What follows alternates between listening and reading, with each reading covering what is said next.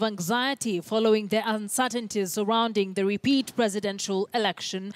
But all is not lost. And in studio, I have Peace Crusader Daniel Juma from the Global Peace Foundation, who's just going to talk to us about the prolonged electioneering period and the situation that the country finds itself, the anxiety that has gripped the country just 12 days to the fresh presidential elections. Daniel, always a pleasure to have you here on KTN News Desk. Are you worried with the situation currently as is?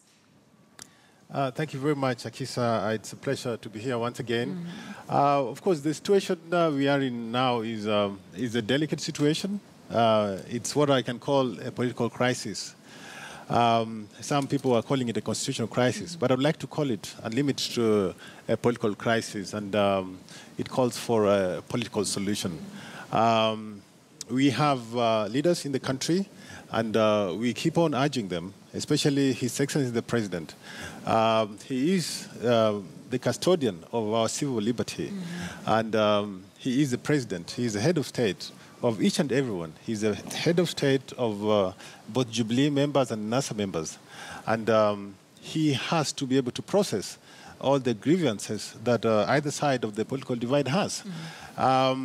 Just to summarize it, I know that right now the demonstration is going on, yes, calling upon IEBC to be able to make certain changes within its systems so that the coming elections can be seen to be free, fair, and credible in accordance to the ruling of the Supreme Court. So we, as a foundation, of course, working with various actors, the civil society, religious community, keep talking, especially to the IEBC. Right now, it is their responsibility, yes, to be able to address the issues. Actually, we should not be on the streets. Kenyans should not be on the streets right now. Everyone needs to go to work and be able to earn a living. Yes, but you mentioned that this is a political crisis and not a constitutional crisis like many would like to call it. Why is that?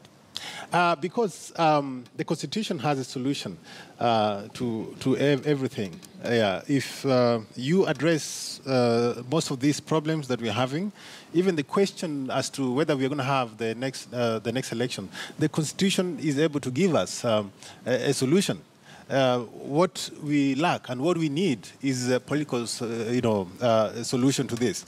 And I think that either side, if there is some willingness to end this crisis, it can end right now. So that means we are in the situation we are in because of lack of political goodwill? Yes, there's lack of political goodwill. There's a lot of grandstanding from both sides of the political divide, and especially from the people whose responsibility it is to process these grievances. These so-called irreducible minimums that NASA is talking about, they are actually administrative issues that if IEBC is really, really serious, they can address them one by one. What beats me is why the IEBC, a body which we are paying a lot of money, a lot of our taxes are going, last elections they spent 50 billion of our money.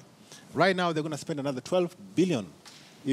Why should Kenyans be on the street, talking about administrative issues, which they can and they have a capacity to address? This is the big question.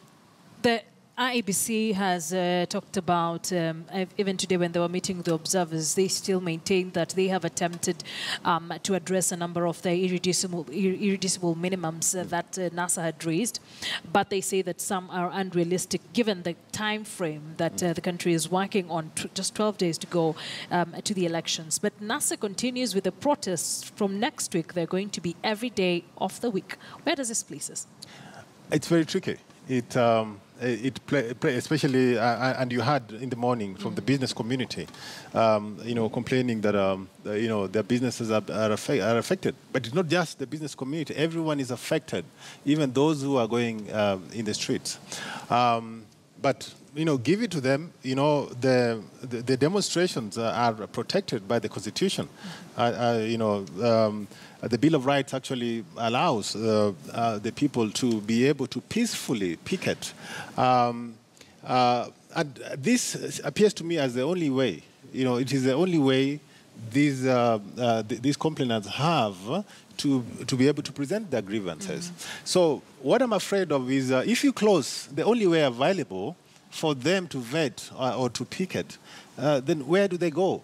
Where do they go? Are you telling them to come up with the other means of having these grievances, addressed? So this is the problem. So what I'm calling for is sobriety between both sides of the political divide.